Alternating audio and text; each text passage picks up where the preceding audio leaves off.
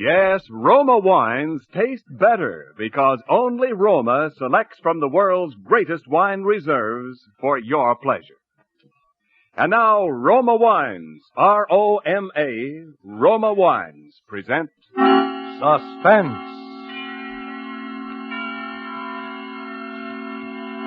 Tonight, Roma Wines bring you Chester Morris as star of The Strange Death of Gordon Fitzroy, a suspense play produced, edited, and directed for Roma Wines by William Spear.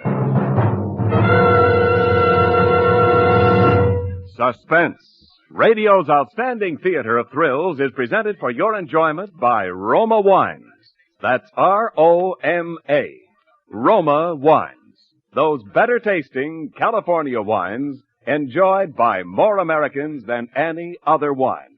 For friendly entertaining, for delightful dining. Yes, right now, a glassful would be very pleasant as Roma Wines bring you Chester Morris in a remarkable tale of Suspense.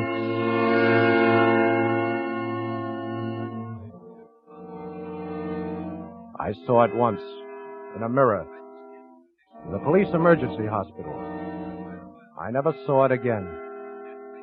When they sent me up, I smashed the mirror in my cell the first day. They never dared to put in another. The chaplain came and tried to talk to me about it a few times, and then a prison medic. But I turned over in my bunk and didn't answer. After a while, they stopped coming. 3.5 years. Almost every night I'd dream it wasn't like that, and wake up crying I was so happy. And then put up my hand in the dark to feel, and know that it was. It would always be. 3.5 years. Waiting and hating. Waiting to get out and hating one guy in particular and everybody in general. Waiting and hating. It was a cold, windy day in November, the day I left.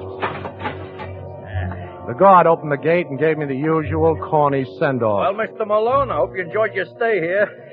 Call us up, make a reservation any time. I went on through and didn't answer it. I didn't even look at it.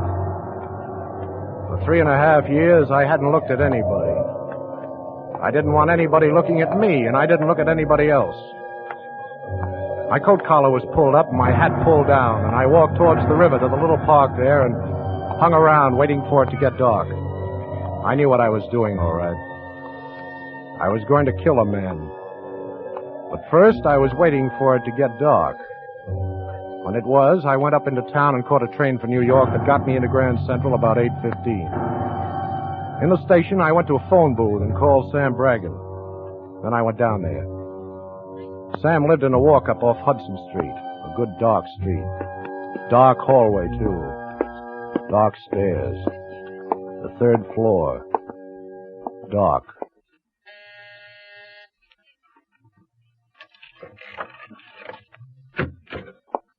Who is it?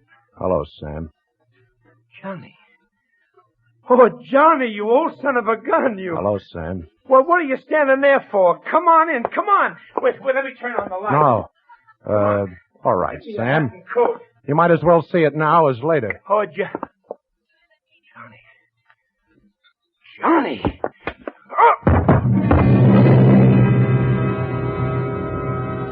I shouldn't have hit him, but I couldn't stop myself when I saw that look of horror and pity that I knew I'd always see from now on when anybody saw my face. My awful, scarred, twisted nightmare of a face. My face.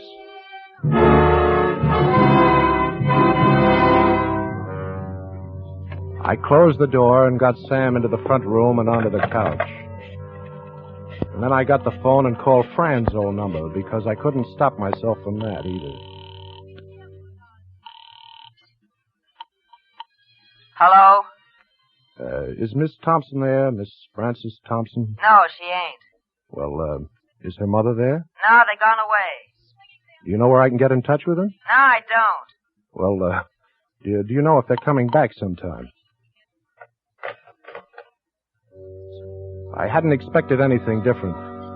I don't know why it should have made me so mad. When I turned around, Sam was just beginning to come out of it over on the couch. Oh, you. Yeah. Remember? You had no call to do that, Johnny. I know. I'm sorry. You ought to be. I said I'm sorry. I guess I've been so long where I wanted to and couldn't that I took out the whole 3.5 years on the first guy I could. I'm sorry. Yeah, I'm sorry too, Johnny. You want to talk about it? Turn out the lights, Sam. Sure. Okay. Thanks. Where's Fran? Fran? You remember Fran? Oh, yeah. You and her. Well, where is she? Gee, Johnny, I don't know. No, don't kid me. She's with Gordy Fitzroy, isn't she? Isn't she? I swear, Johnny, I swear I don't know what Fran's been doing. I ain't heard nothing of Fran for a couple of years. All right. All right, I'll find out. Didn't she come to see you up there? Yeah, at first she did. But I didn't see her. They got lights on you when you see people up there, Sam. I only want to see Fran in the dark. Yeah, sure. Where's Gordy Fitzroy? I don't know, Johnny. He's still around, isn't he? Oh, sure. I hear he's got another place uptown now. Yeah, I bet. What's the angle, Johnny? You sure you didn't hear nothing? To tell you the truth, Johnny, it was so long since you was in touch. I heard you got a 3 to 5, and that's about all. Okay. I'll tell you the rest. Is it how that happened? Yeah, it's how that happened. You remember the gang around here in the old days? You, Sam, Gordy Fitzroy, and Fran and me that always ran together when we were kids. And then Fran went to City College, and I got into a little trouble. And Gordy inherited that jewelry store from his uncle. You remember all that? Oh, sure, I remember. You were all good kids. Yeah, well, it was about a year after the last time I saw you. Gordy was having trouble. He owed a lot of dough to the bookies and had to hock his jewelry store to pay off. And then he had a bright idea. Georgia did? Yeah. He had about 10 or 15 grand worth of assorted rocks in his safe at the store. We were going to crack it and peddle the rocks and collect the insurance, too, and split 50-50. Yeah? I was going to do the job, but I made him come with me. And, of course, we had to blow the safe to make it look right. Yeah, sure. Well, something went wrong. I used too much soup or something, and it blew in my face. In my face. Oh, so that's how. Yeah. Only that wasn't all. When I came out of it, Gordy was still there, but he'd ratted on me to save his own skin. There were cops all over the place, and Gordy was telling them how he'd caught me in the act of blowing his safe and knocked me cold or something. And the cops couldn't make up their minds between patting him on the back and kicking me in the belly. We're doing plenty of both.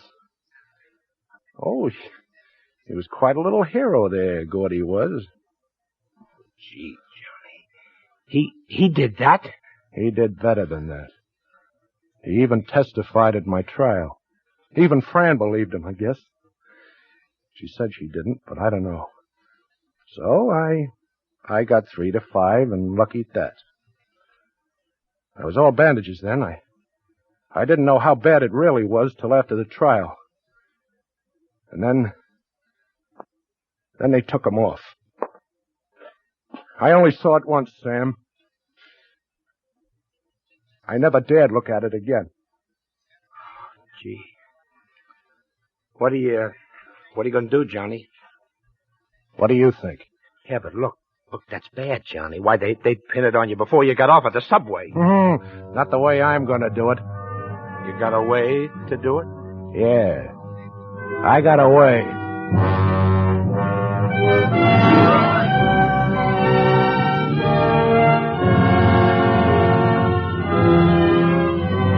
For suspense, Roma Wines are bringing you Chester Morris in The Strange Death of Gordon Fitzroy. Roma Wines' presentation tonight in radio's outstanding theater of thrills, Suspense.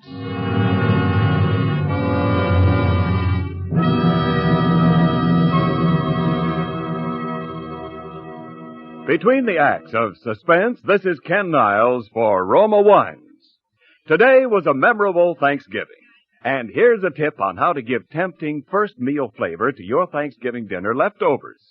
Serve those leftovers with delicious Roma California wine. For both robust Roma Burgundy and glorious Roma Sauterne have tantalizing taste harmonies with food that bring out all the subtle, hidden flavors in any meat or fowl, hot or cold. Yes, better tasting Roma wines make simple turkey hash an epicure's delight. And Roma wines do taste better, for Roma starts with California's choicest grapes. Roma's skill and America's finest winemaking resources guide this grape treasure to tempting taste perfection. Then Roma selects at peak taste richness from the world's greatest wine reserves for your pleasure. And here's a holiday tip. Take advantage of present low Roma prices. Tomorrow, buy Roma by the case and save. That's R-O-M-A. Roma, America's favorite wine. And now, Roma Wines bring back to our Hollywood soundstage Chester Morris as Johnny Malone in The Strange Death of Gordon Fitzroy, a tale well calculated to keep you in suspense.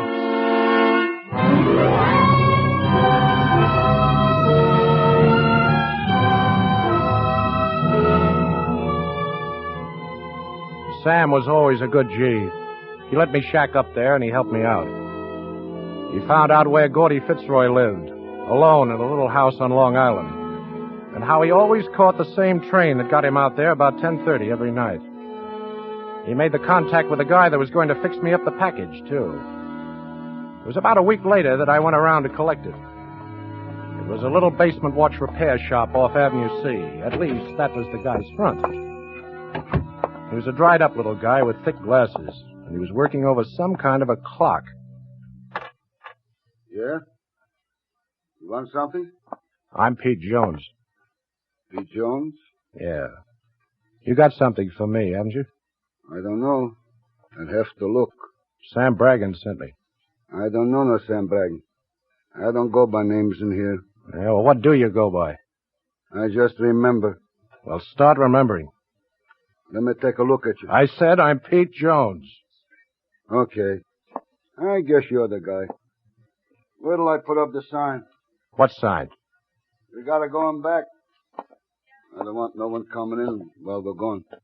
Come on.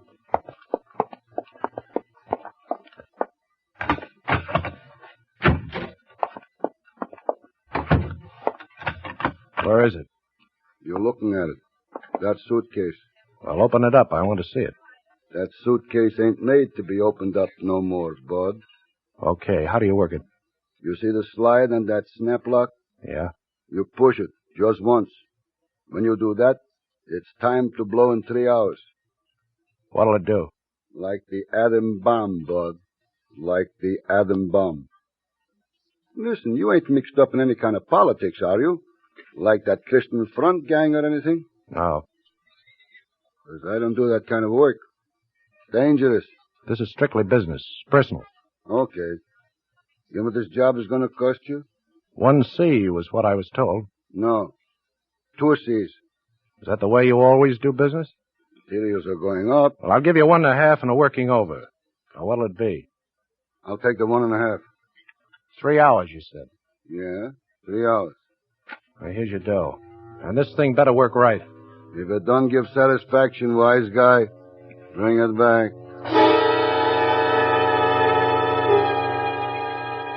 3 hours would give me plenty of time. I went out to Gordy Fitzroy's house on Long Island the next night. About 9:30, an hour before he'd get home. The place was dark like it should have been. I went around back where there was a kitchen window. I jimmied it and stepped inside with my suitcase full of trouble. For a minute, I stood and listened and almost thought I heard something. Nerves, I guess. Imagination.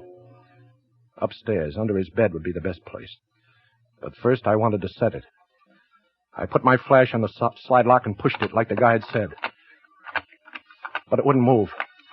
I tried again, and it moved the wrong way. It must have got pushed by mistake earlier sometime, and then I heard the buzzing sound it was making. I gave a wild look around and saw a space behind the stove and threw it in there and started for the window. I was about halfway out when I felt the blast and something hit me in the face, and that was all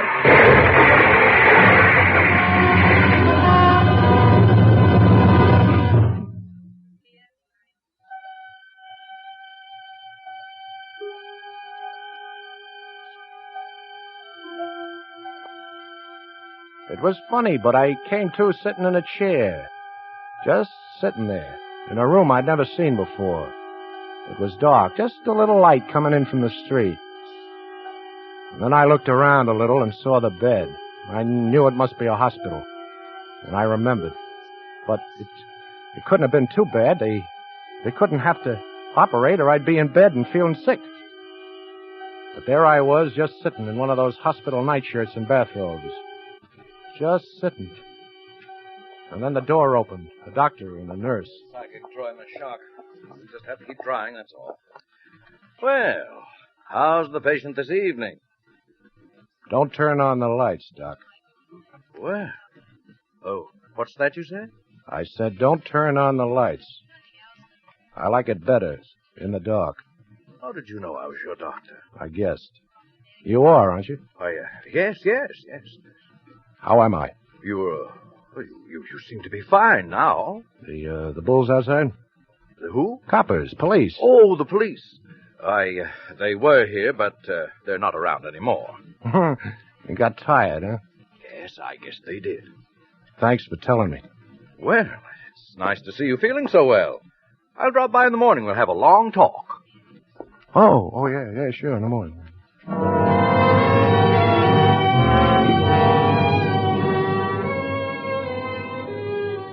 There were socks and shirts in the bureau.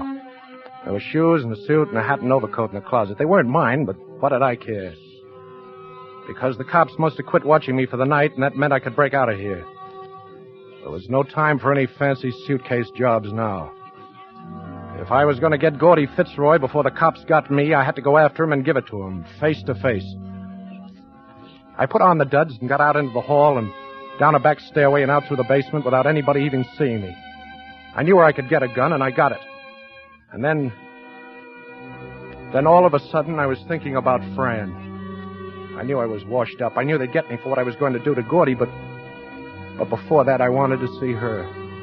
I just wanted to see her. I took a chance that the old dame on the phone might have been brushing me off the other night, and I went into a booth and dialed the number.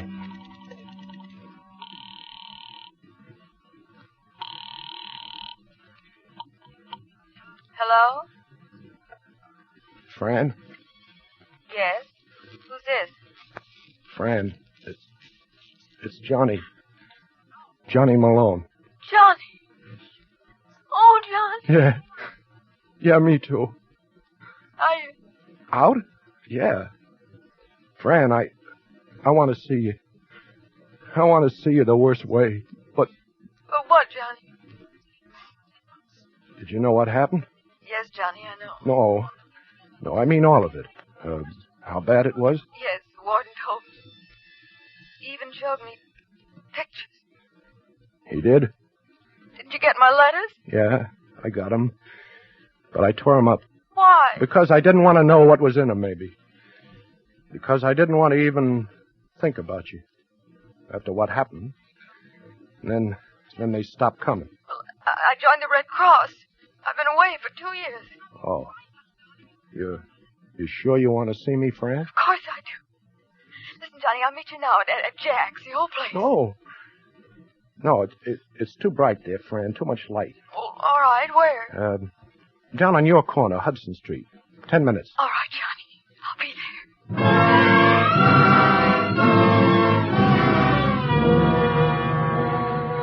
I waited in the shadows in the doorway. My heart seemed to be going crazy, and I could hardly breathe. I forgot all about Gordy Fitzroy and what I was going to do. I didn't even care anymore. Maybe something could be worked out. Maybe Fran and I could somehow... And then I heard her coming down the street. I looked. It was her, all right. I was scared now. I just waited where I was, trying to get my breath. She got to the corner and looked around. And then she stood there for a minute under the street light. And I walked up and went up behind her. I laid my hand on her arm, that's all. Just laid my hand on her arm. And she whirled around and looked at me. Full in the face. Get away. Get away from me. Get away. Get away. Get away. I ran. I just ran. I was so torn up inside I didn't know what I felt. There were tears dripping out of my twisted eye sockets. And then I stopped. All right. She lied to me. She didn't know what had happened, and she didn't care. And when she saw it, she was like all the rest. All right. And if she could dish it out that way, she could take it that way. I wasn't going to leave her behind either. I went around the block and back to her house. I went up the steps and into the vestibule. It was dark in there. Good and dark. I waited. It was nearly half an hour before I heard her coming up the steps.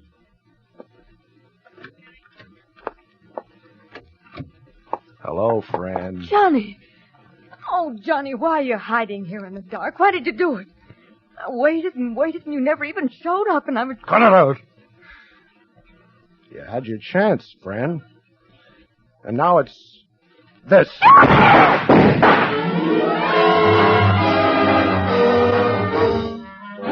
ran out on the street, through the valley to the courtyard, the building next door, and over the fence and through another alley.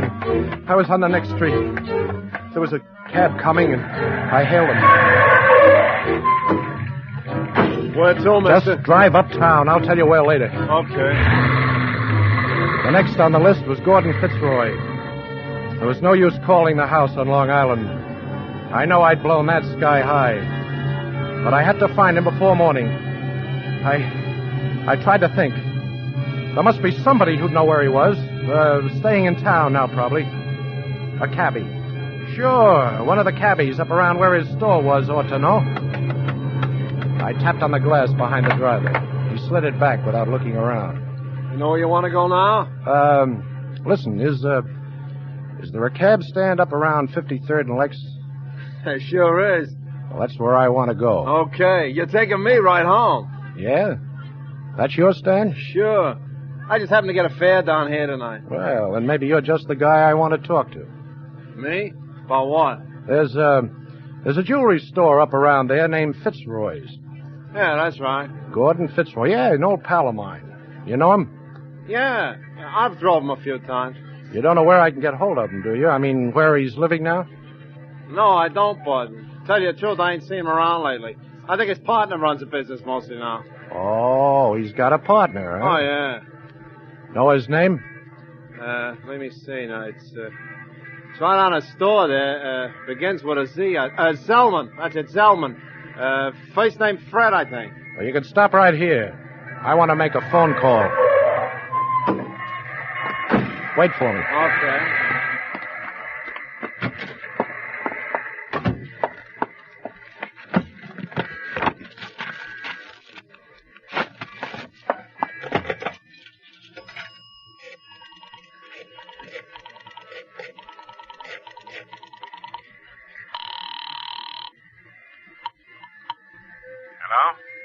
Mr. Zellman? Yeah? Well, I'm sorry to bother you this time of night, Mr. Zellman, but I'm an old pal of Gordon Fitzroy. I've been trying to find him, but his house in Long Island doesn't answer. Yeah, guess it doesn't. Could you tell me where he is? Why, he's had an accident. An accident? Uh-huh. He's in the hospital. Oh, gee, that's too bad. I'd like to see him, though. What hospital is he in? Why, the Jefferson Hospital, room 508. The Jefferson Hospital? Thanks. The Jefferson Hospital. I got it now. Why, that was the hospital I'd been in. I was almost sure. So Gordy had been in his house when I blew it. And they'd taken us both there. Why else would he have had an accident just the same time as me? Maybe he was right on the same floor all the time. Maybe right in the next room to mine. Just so he was still alive, that's all. Because now I wanted to give it to him face to face. Jefferson Hospital was way out in Long Island, and I knew I wouldn't be able to pay the fare, but that didn't worry me. When we got there, I just stepped out of the cab with a gun in my hand. You want me to wait? No, beat it. What about me fare? This is your fare. What is this, a stick? Hey, you're... It's nothing. I'm nobody. Now beat it. It's the same place, all right. I got in through the basement just like I'd got out. I went up the same stairs. I remembered now, 5 flights. The same floor. Only this time there was an old dame, a nurse, sitting there at the desk. I had my gun out and down at my side before I even spoke to her. Well, where did you come from? I want to see the guy in 508. I'm sorry, but visiting hours... I know all about that. Take me to 508. You wouldn't. Yes, I would, sister. Now get moving. We went down the hall. At 508, she stopped. But I poked her with a rod. Oh, please don't. She opened the door ahead of me. It was a room just like mine, but it was dark. Just a little street light coming in the window. Oh, please don't. I made her move inside. And then I slugged her. I looked around. I couldn't see much yet, but the bed was empty. I moved on into the room, and then I saw him, standing in a door. But somebody must have tipped him off. He was dressed. He had a gun in his hand. I fired, but nothing happened. It was glass. Somebody had snapped on the lights. I whirled around looking for him, and then I saw him. But in a mirror. It was me. Me with his face. His face.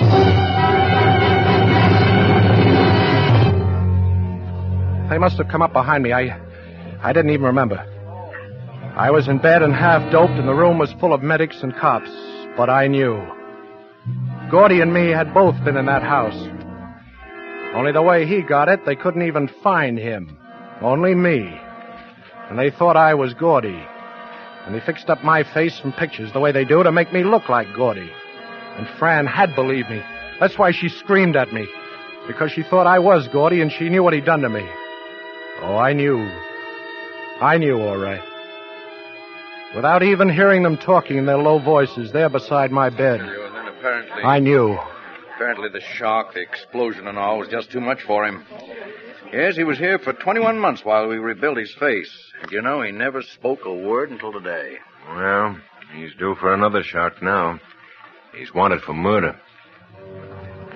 I never even told them who I really was.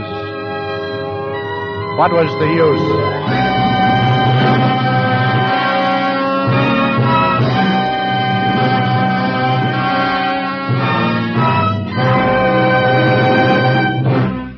Suspense. Presented by Roma Wines, R-O-M-A, Roma, America's favorite wines. This is Ken Niles bringing back to our suspense microphone the star of the evening, Chester Morris. Tell me, Chester, after so convincing a performance as a first-rate heel, don't you find it difficult to resume being the really nice guy we know you are? Oh, not at all, Ken. You know, I just whisper abracadabra, and the villain in me disappears. Well, I might have known, since you're one of Hollywood's most accomplished amateur magicians. Thank you. Would you make me disappear if I asked, how's tricks? Oh, now, Ken, I'd like to, but I don't know any tricks that good. Well, Chester, here's a trick you ought to know. What's that? It's a trick in taste magic, and the only props you need are glasses and delicious Roma California sherry. Then, when guests drop in, you simply pour, and presto, hospitality reigns. Well, that's a trick anyone can master, Ken, with Roma sherry. Right, Chester, for Roma sherry is the keynote of gracious entertaining, the popular first call for dinner. That's because Roma sherry is better tasting.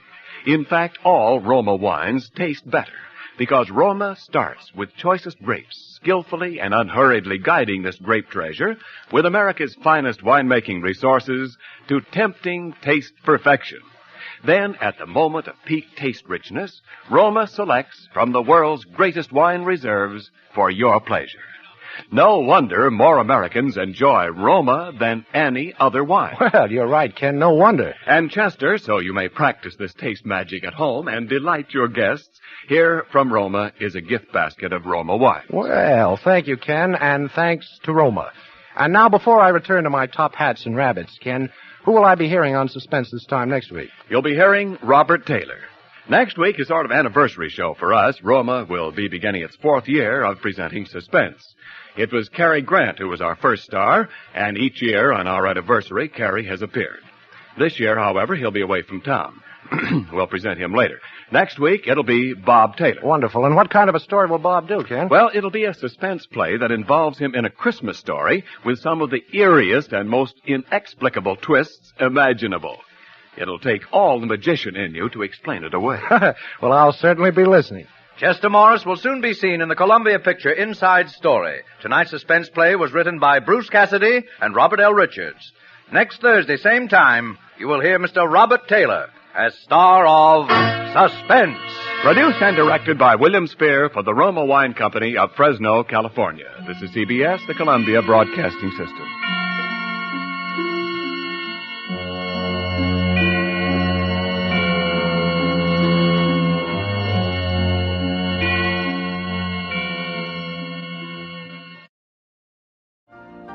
You've been listening to the OTR Gold Network. Find more classic radio at otrgold.com.